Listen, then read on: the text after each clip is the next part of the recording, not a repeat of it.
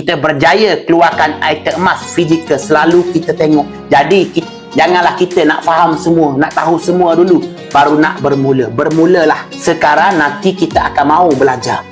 Kita akan mahu tahu betul tak emas ni mengekalkan kuasa beli. Betul tak emas ni kita simpan, kita lupa. Simpan lupa semestinya banyak.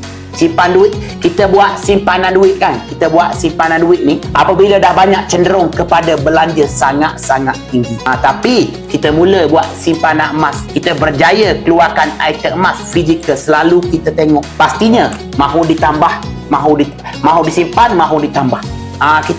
Kita mula ketagih, kita mula sayang. Kita tak akan jual tabungan emas kita ni sebelum capai target. Tapi tuan puan kena tahu, teknik tengok dan lihat ni jangan try kepada duit tuan puan. Jangan sesekali try kepada duit. Selalu cek baki dalam akaun bank, pasti simpanan duit kita akan terguna.